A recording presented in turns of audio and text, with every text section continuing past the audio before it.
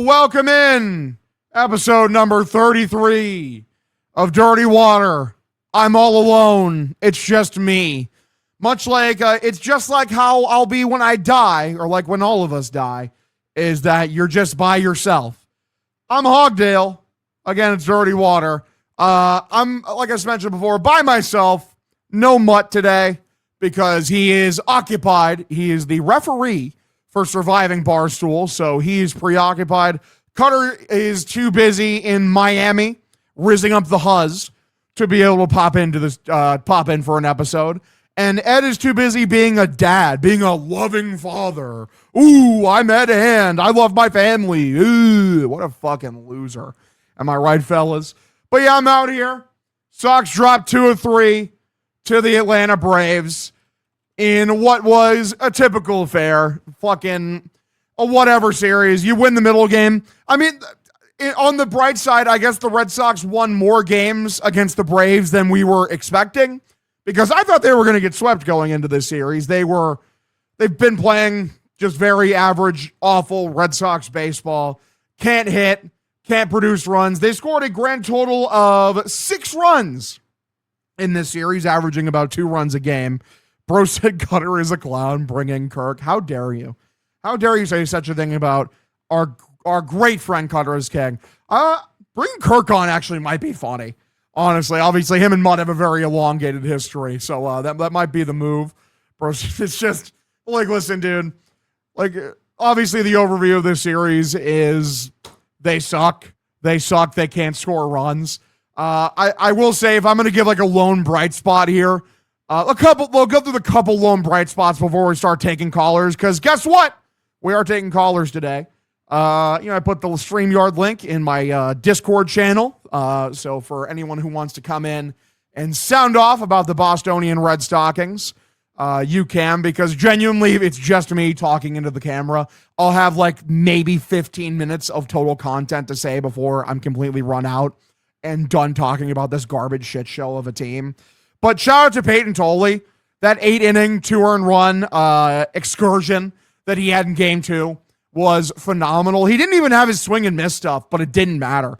He was just running through the Atlanta Braves, only gave up a pair of runs, and they actually won the game, which is the most shocking thing of all. I was expecting the Red Sox bullpen and in general just the team to fuck him over and ruin his awesome start. And they almost did. Andrew Monasterio almost ruined it with the error, which, by the way, I mean, obviously we'll get back to it later, I'm sure, but Marcelo Meyer, like, even with Story out, somehow is still not playing shortstop. It makes no sense. It's the dumbest, most absurd logic ever. I don't know how their brains operate. It doesn't make any fucking sense. I don't know why Meyer's at shortstop. It's going to cost you games in the future. It has cost you games previously this year. Play your best defender at the most important defensive position. This should not be a fucking hot take, but apparently it is. But yeah, Monasterio almost ruins it. Chapman walks a pair. And luckily, he corralled the ball that ricocheted off of him and won that game. So yeah, shout out to Tolley. He deserves massive credit. He deserves praise before we go into more irritations. And shout out to Nick Sogard, man. Him getting the call up is awesome. Had a double today in game 3. Made me very, very happy. We're a fan of Nick Sogard. This is a Nick Sogard type house. We love to see it. Let's go on to some callers here. First caller, long time stalwart of the stream. Shout out C Money. C Money, let's see. Add him to the stage. What is up, C Money? What do you want to talk about? What do you want to ponder about with this team, motherfucker? Well, just wanted to say congrats to Nick Sogard on the walk-off today.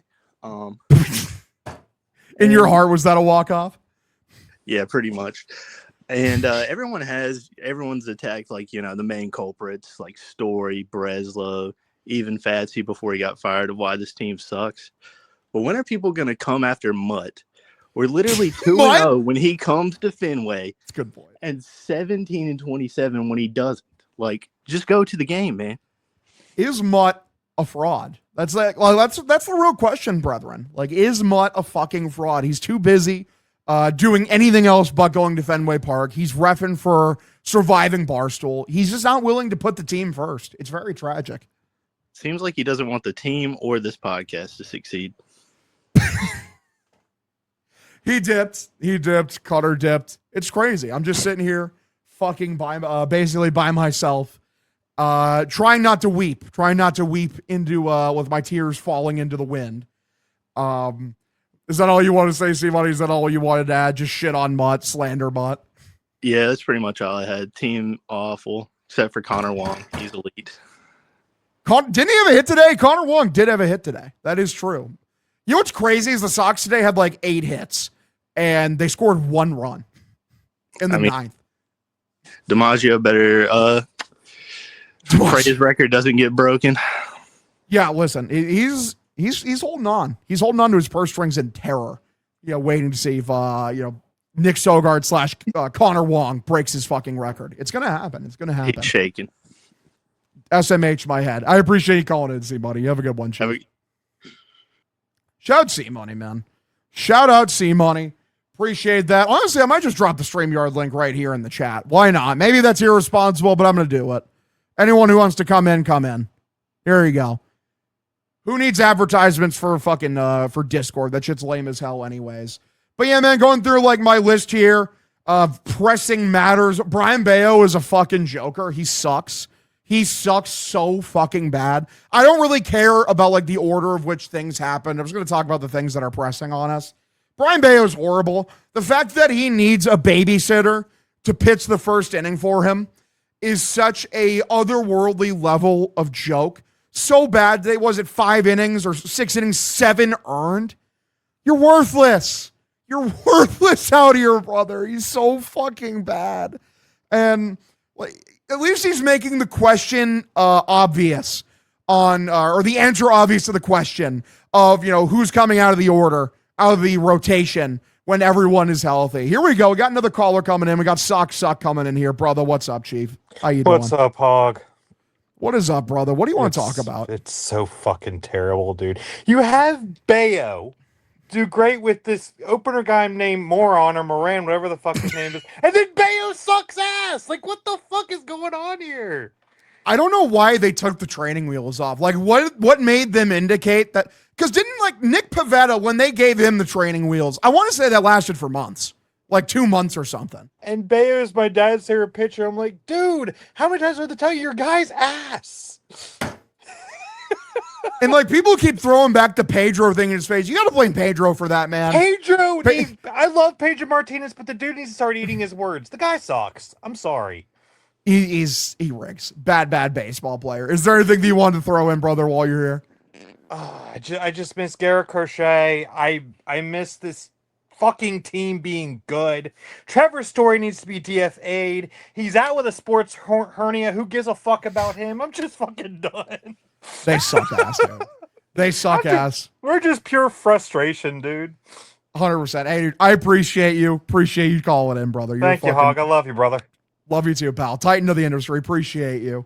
That's a great point, though, about Story, man. I cannot fucking believe that even with him on the IL, how the fuck is Meyer not the shortstop, man? I just don't understand. It doesn't make any sense to me. Where's the logic in it? I don't see the logic. I need people who are running the Red Sox. If you make a decision I disagree with, that's fine. I just need to be able to see the logic in it. And like so many times with the Red Sox, I just don't understand like what they are trying to do, what they're trying to accomplish. With the fucking situation of Story, it's like there's just no goal. There's no aim here. He's hurt. They knew he had a hernia this entire time, and he's just been out there every single week, still playing, every single game, still playing. It doesn't add up. It doesn't add up at all. But yeah, shout out Trevor Story, man. He's out of here. And we get Monasterio for now, and even he almost fucked a game up. Like that's going to cost you a game here in the future. I will say, back on the more positive end in terms of takeaways from this series, shout out Mickey Gasper. Mickey Gasper's been hitting like 400 since he's come up, and his early like batted ball returns in his data are absurd. He's been playing so well, and he's justified Chad Tracy chucking him up in the 2-hole, which is extremely funny. So, I mean, I just want to say I'm happy for Mickey Gasper. Very happy for him. Oh, fuck, it's Alex. What does Alex have to say? What's up, Alex? I'm going to try to remain PC while doing this. Yeah? It's going to be very difficult.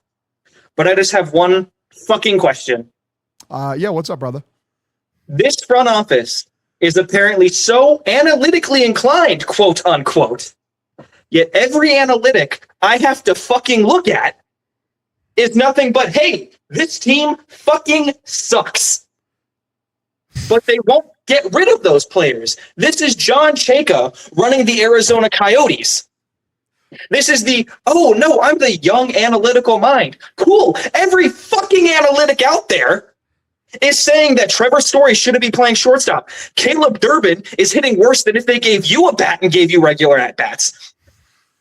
I love Jarren Duran. The analytics are saying that he shouldn't be fucking playing either, but they play them every day. It took half the team dying for Nick Sogard to get up here.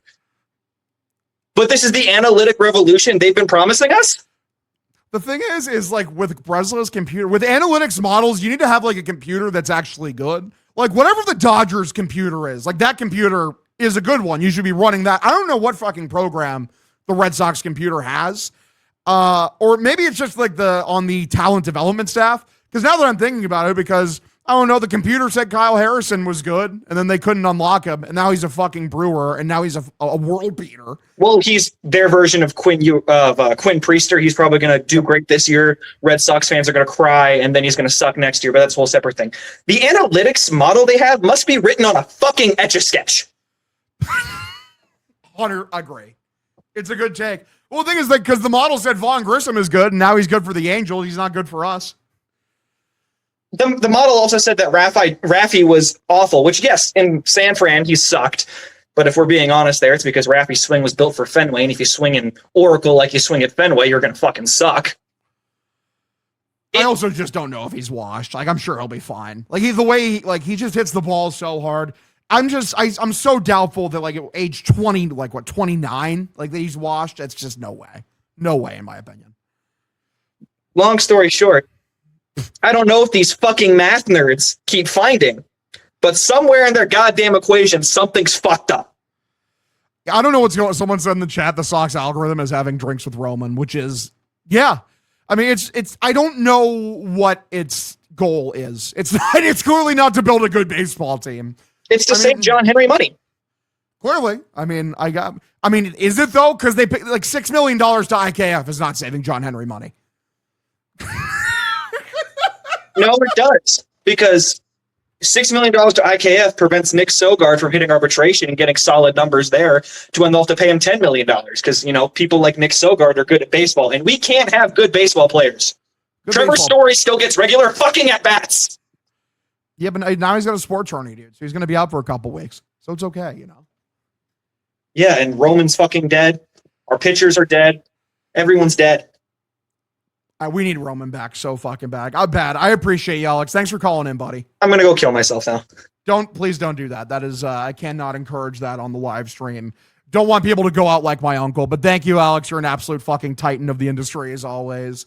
Again, brethren, we're taking callers, special edition of the show, because I'm bitchless, friendless, and alone. Really a triple threat in that regard. So yeah, shout out to Alex. Alex is the absolute fucking GOAT. He's a longtime supporter of the stream. I will say, if I'm going back to positive things, shout out to Sadon. Sadon, people were getting on him early in the year because of how bad his first step was defensively. Right now, he's back to the peak of his powers. Best defensive center fielder in the world type beat, man. And people say, oh, Pete Crow Armstrong. Their numbers are going to be identical by the end of the year, just like they were last year. Like, if you're a Cubs guy and you say PCA is better, I completely understand you. You're going to back your guy, but I'm going to back my guy. I fucking love Sadon Rafaela. He makes so many of these tough plays look so easy. So, yeah, just want to say credit to Sadon. Guy's an absolute baller. As we mentioned before, a story on sports hernia for him. He could be out like a month or two if he gets surgery, right? At least as far as I'm aware. And I do feel bad for Trevor Story in a lot of ways because, like, listen, playing through injury is a valiant thing to do. trying to be there for your guys every single day is absolutely a valiant thing to do. And it's something that should be commended. At the same time, he has been so fucking horrible. And I completely understand why Red Sox fans are basically celebrating the fact that he's getting hurt. Zoid, what's up, brother? Another long-time viewer. What's up, Chief? What do you want to say? Yo, how's it going, Hogdale? I'm doing great, man. I'm doing great. Appreciate you calling in. Fantastic. So last night we saw Aroldis Chapman hugging everybody. We saw Franklin Arias pulled from the game. What were your immediate thoughts? Like, who were we getting? Because I'm so glad you brought this up because I completely forgot about this. I have a fucking chipmunk brain mostly because I swear to God, like on a day-to-day basis, it's like I get like the Men in Black memory wipe. But in the moment, I'm like, thing is, because that package is so confusing. Like Chapman and Arias, those are two trades where Chapman you're trading to a team that's trying to win now, and Arias you're trading for a big piece that is for win later. So my first thought was to me, the most sense made like a Fernando Tatis Jr. trade where they're trying to still win this year, but like also they'd want a piece to build for the future as well to replace Tatis eventually. And then they just have like the most absurd bullpen in the history known to man, which their bullpen already is insane. So I thought Fernando Tatis Jr. was about to be a Boston Red Sox. Instead, it was just like the weirdest coincidence ever. Chapman was just giving hugs because he was feeling huggy. And then Arias, was he benched for like a disciplinary thing? I saw someone say that he got benched because like he slammed his bat or something after a strikeout or whatever, but I can't say I got confirmation on that. yeah, it was just basically a nothing burger. And it's just the most ridiculous coincidence of all time. And I just, in the moment, I was thinking, yeah, Tatis, somebody huge. Oh my gosh, they actually did something. And then, back to level. I mean, it shows the state of the team that we are, because I think Carabas had the tweet out where he's like, are we really already like on hug watch in May? Yes, we absolutely are on hug watch in May, man. Anything could happen. Anyone could get traded and it would make sense. The team as currently constructed it just ain't it. It ain't fucking it. So Totally agree. So now which way do we go? Are we adding on or are we taking out? Like that's the tough one, right? It depends how much further into free fall we go. I'm pretty sure as long as Breslow is here, he's going to try to make this team win. So I think we mentioned the last pod, or I mentioned, the Craig Breslow panic trade is coming. I think the team is going to make the playoffs, he has to make a big swing. So I'd say within like the next month, they make a big swing to try to improve the team now. If Breslow gets fired, they're going to sell off in a major way. And honestly, this could be a good year to do that because lockout coming. The teams that are going to try to win are going to be even more desperate than normal. And Chapman/Whitlock, those two will get you huge prices. And Sonny Gray as well, if he continues to pitch well, he can fetch you a good return. Contreras, you don't have to trade him, but if you did, you'd probably get a fuck ton. So I just don't trust Breslow to be the guy to make the sell-off. I just don't. I think he'd do a horrible job. He's so bad at the deadline. Even with the big buy, I'm not really sure I'm convinced with him. 100%. Well, so yeah, I appreciate you, Zoid. Thanks for calling in, buddy. Thanks, Hogda. Have a good one, Chief. Shout out Zoid, man. Shout out Zoid. Absolute baller, titan of the industry. I just love in my notes, I just put Sandy Leone in 2026 LMAO. How crazy is it that he's still going, man? He's still swinging the lumber. He's still doing it. He even got a couple hits this series, dude. We love Sandy Leone. Hashtag we love Sandy Leone, man. Shout him the fuck out. Guy's an absolute baller. Man, continuing forward here. I just love, again, I have in my notes, Peyton totally gave me another sexual awakening. I love him so much. I don't know if there's been a more likable Red Sox player in like the last 5 years, man. I love him. I love everything about him. I praised his performance. I just love his vibes. Looking at his Savant page too, it's just so gorgeous. It's so blood red. Let me pull up his Savant page real quick because it's bloody, man. The underlying numbers back up exactly how good he's been. It's a 2.42 expected ERA, and his actual ERA is a 2.05, so he's getting slightly lucky, but not a ton. I mean, again, that's a 94th percentile xERA, 90th percentile expected batting average. And, he's doing a good job not walking batters. He's filling up the zone. I've had nothing but praise for Tolley, man. I just love him.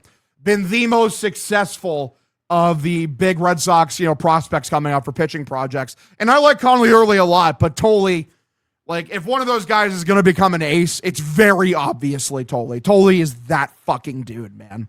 He's so good. Really sucks Duran is so terrible. He's not helping the team and has zero value for trade. Yeah, man. Breslow fucked up last year not trading him, man. He fucked up bad. You could have gotten Dylan Cease and Ethan Salas for Duran, and now you're going to be lucky if you get anything. Like anything of even the slightest modicum of value. You probably can't even get fucking Isak Paredes right now if you tried to make that call. It's brutal. And I just don't know. I never expected Duran to be this shit. It has never made any sense to me that he could be this shit. This is a guy, obviously, like, listen, man, a 9-WAR player, a 9-WAR season doesn't just fall out of the sky, man. That is extremely impressive. It's one of the better seasons in recent Red Sox memory. He did play okay today. He had a dumb mental gaffe defensively, but other than that, multiple hits. I hope he builds on it, man, because in order for the Red Sox present or future, for them to progress forward as a team, they need him to play better. Period, blank, end of fucking story. So, yeah, I mean, Duran, it's brutal. We're hoping that he can figure it out.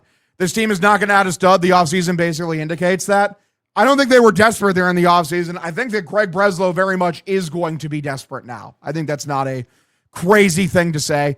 Do we have a cuck list? Let's theory craft a cuck list, boys. Who's on the cuck list? Brian Bayo? Brian Bayo's definitely on the cuck throne, right? Like, he's definitely hard stuck, number one on the throne. His starts basically at this point are just an auto loss. You see Brian Bayo out there and the game is effectively fucking over. Guy absolutely reeks. He stinks. Awful baseball player. Other than that, I mean, like, because the whole team really was kind of bad. I'm trying to think of like guys that really stood out in terms of how bad they were. Like Monasterio wasn't great, but I mean, he had a double. He had a double in this series. Bayo, same as Duran. I think like Duran had two hits in the final game. Shout out to Denley. Denley said Hogdale sucks. Thank you, Denley. Shout out to Denley. He hasn't even called in. What a fraud. Monasterio. Like, the error was brutal, but at the end of the day, it didn't cost them anything. But yeah, I mean, I guess you can put Monasterio there. It's whatever, dude. Like, at the end of the day, like, Bayo sits upon the cuck throne for, I mean, Breslow is the cuck throne. I can call in. You sure can, Denley. You sure can, brother. Here, do you want the StreamYard link? Look at this. Let's get, shout out to Denley, man. Shout out to Denley. Who knows what this guy is going to say? A longtime stalwart, infamous troll. He's never said anything controversial in his entire life. Am I right, fellas? Be funny if he ends up calling in. Brozone, your podcast host, so far going for MIA, real. Like, listen, man, I'm out here. I'm showing up for you guys. Appreciate every single one of y'all tuning in as always. Man, like, going back to the list I got here. Oh, yeah, just basically an overall point of if the Red Sox do not have a perfect game, pitching-wise, it is over. You just don't win. If the Sox allow more than 2 runs, the game is over. The Sox have yet to record a win this season when they trail by 3 runs. They're like 0-19 or whenever when that happens. It is so generationally feeble that like a 3-run deficit makes it so it is absolutely over. Just completely over. And I don't know, man. It just ends up like, yeah, pathetic.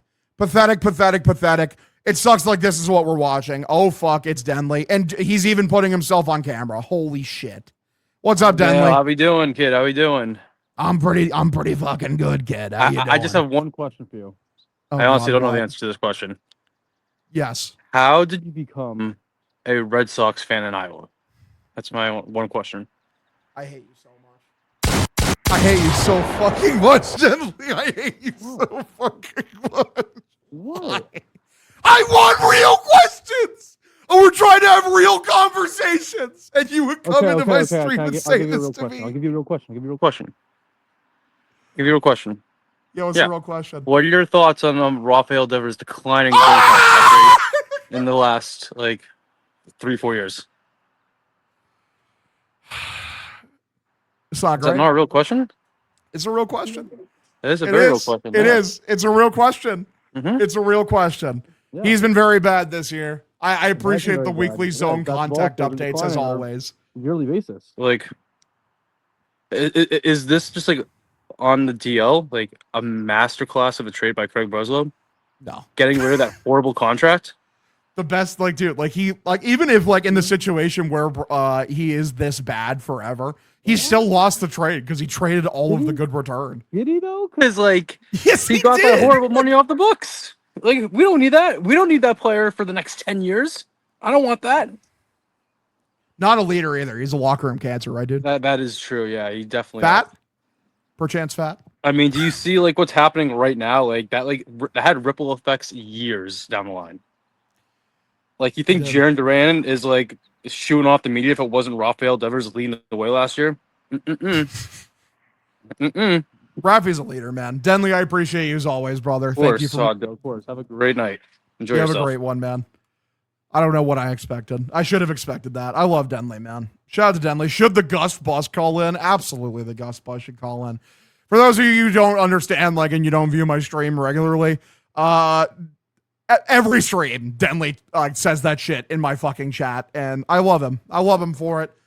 Just ruining my life, but I love him. Guy's an absolute fucking baller. How much more do we even want to add here? Like, obviously, this is going to be a much shorter episode than normal. I really don't have a ton to add in. I'm trying to like look over, like, I guess in terms of other praise, Chapman looks almost as good as he did last year in terms of on-field results. I think, like I said, he's going to fetch a fuck ton of the deadline if they continue to be shit. Garrett Whitlock has really started to right the ship as well in terms of his average performance. He has been excellent, and he will also fetch a massive haul at the deadline. I never want to see Drake Baldwin again. He was bad in game 3, but games 1 and 2, he was fucking tormenting this team, dude. Like, that guy is an absolute baller, and fuck him for it. Yeah, man. I mean, the Braves, like, they outplayed us. They just straight up outplayed us. It's what happened. And I mean, we shouldn't be too surprised. The Red Sox have been bad. The Braves have been good. And basically, they asserted themselves. They asserted dominance. Yeah, man. Let's go to the look ahead here. Let me pull out the Red Sox probable starters for this next series. Like I said, if anyone wants to call in, this is your last chance because I'm going to go over this fucking look ahead. And if you want to fucking pop in and say something, go ahead. Let's see what we got here. Red Sox probable starters. The fucking Sox, kid. Wrap it up. Enjoy the rest of your Sunday. The Sox taking it off your soul. Real. Game 1. Sonny Gray, a 3.18 ERA on the season against Seth Lugo, a 3.76. He's been a great ad for the Royals for a couple of years now. Remember when they picked him up in free agency? Many people like doubted if he was going to be able to make the transition as a starter. He's been very good, man. He's been a good player for them. In game 2, we got Ranger Suarez, 2.44 ERA against Chris Bubich, a 4.11 ERA, 51 strikeouts on the year. Let me say the game 3 first. Connolly early game 3, a 3.21 ERA against Michael Wacha, who's been excellent with a 2.83. I don't know why the Sox ever let Michael Wacha leave, man. I liked him in that 1 year at the Sox. He was a very good player, and he's just been continued to be basically the same guy since he's left. They can't score runs, dude. Kauffman Stadium is a tough place to score runs in. I genuinely think they take 1 of 3. I think they win the Ranger game. They drop the Sonny Gray game. They drop the early game. And they score, like, if you set the series over-under at 7.5 runs, are you guys taking the over or are you taking the under?